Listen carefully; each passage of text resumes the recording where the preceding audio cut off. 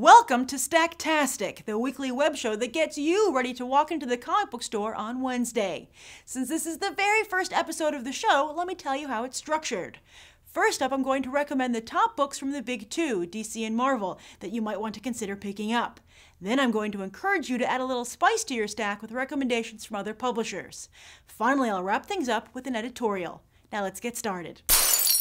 As the headlines have declared and the numbers have shown, DC continues to shake things up with the New 52.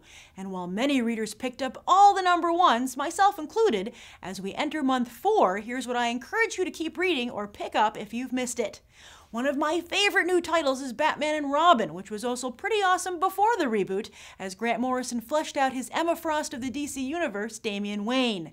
Now, I was thrilled that my favorite little assassin turned vigilante made the New 52 cut, and I'm even more thrilled that new series writer Peter J. Tomasi is finally exploring the father-son relationship between Bruce and Damian. And in this issue, father and son get to spend some quality time together hostage style as they and we learn the origin of Nobody.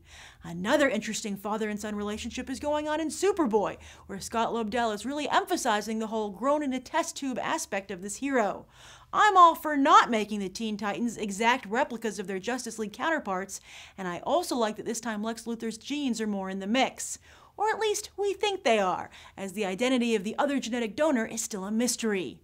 Furthermore, I think Rose Wilson's a pretty interesting character, and I liked the relationship that was blossoming between these characters before the reboot, so I'm hoping to see more of that here. The third title I'm going to recommend this week is Demon Knights, which for this issue has the added incentive of guest artist Mike Choi. If you enjoy medieval stories, I'm looking at you, Game of Thrones and Season 2 Gargoyles fans, then this is for you. Plus, with Madame Xanadu featured both here and in Justice League Dark, this is one of those nifty new DC titles that offers historic insight on the publisher's modern-day universe. Then over in Marvel's universe, from the looks of this cover, X-23 literally dives headfirst into Avengers Academy. Yes, while her own title may be cancelled, apparently Marvel feels she has enough clout to boost the sales of this fringe title. And they're right, as this is the third time I'll be giving Avengers Academy another shot. That prom cover just did not pay off. Speaking of giving something another chance, looks like Cable's back from the dead already. As an X-Men fanatic, I'll certainly pick up at least this first issue, but it certainly makes me all the more appreciate Jean Grey's continued absence from the Marvel Universe. Side note, how awesome is it that Wolverine named his new school after her? That's a wonderful little detail that still keeps one character in the minds of readers while subtly saying something about another. The last major book I'm going to recommend today is Journey into Mystery. While Teen Loki is strikingly similar to Damian Wayne, it turns out I'm cool with that, as this is my favorite Thor title. Loki is up to plenty of mischief as always, but this time he's an anti-hero. And seriously, aren't those always more interesting? Outside of the big two, Dark Horse is kicking off a new Star Wars miniseries this week that has some serious crossover appeal. Go to the darkest corners of a galaxy far, far away as we follow one of the Empire's secret agents in Star Wars, Agent of the Empire, Iron Eclipse #1. Dark Horse is marketing this as Star Wars' answer to James Bond, but with a droid partner named Inga-44. Ah, Star Wars, you always manage to redeem yourself. Then IDW is releasing the Best of Sherlock Holmes Volume 1 in hardcover, an oversized volume collecting some of his greatest mysteries illustrated by Kelly Jones. With the new Sherlock Holmes movie coming out, perhaps this would be a nice Christmas gift for a fellow comic book reader or Sherlock Holmes fan, or maybe even for yourself. Speaking of Christmas, this is one of the best times of the year to convert non-comic book readers. Yes, we all know how frustrating it is that a number of people simply don't realize how awesome comic books are.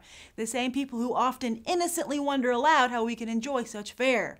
Well, I find that you can often get a non-comic book reader to read a comic book if it's Christmas themed, and a few such titles are coming out this week. There's the Marvel Holiday 2011 one-shot, which continues one of everyone's favorite pastimes, the X-Men playing team sports. This time, famous Canadian Wolverine teaches the students at the Jean Grey School how to play hockey. And then there's IDW's Doctor Who, which this month features a Christmas story with the good doctor saving Santa from robots. Classic Doctor Who. Finally, Image is releasing a Jingle Belle one-shot from creator Paul Dini. This is a reprint of the 2011 Harvey-nominated story Grounded that also features 6 pages of new content. But hey, to the non-comic book reader, it's all new. And even if they aren't converted, you'll still get to experience the joy of seeing them read it. I know it always warms my heart. So those are the titles I think are Stacktastic for December 14th, 2011. The full list is in the video description, and I hope you'll write down your own reading recommendations in the comments down below. I'm Grace Randolph for Think About the Ink, and I hope to see you back on Friday for the premiere of Between the Pages. Until then, happy reading.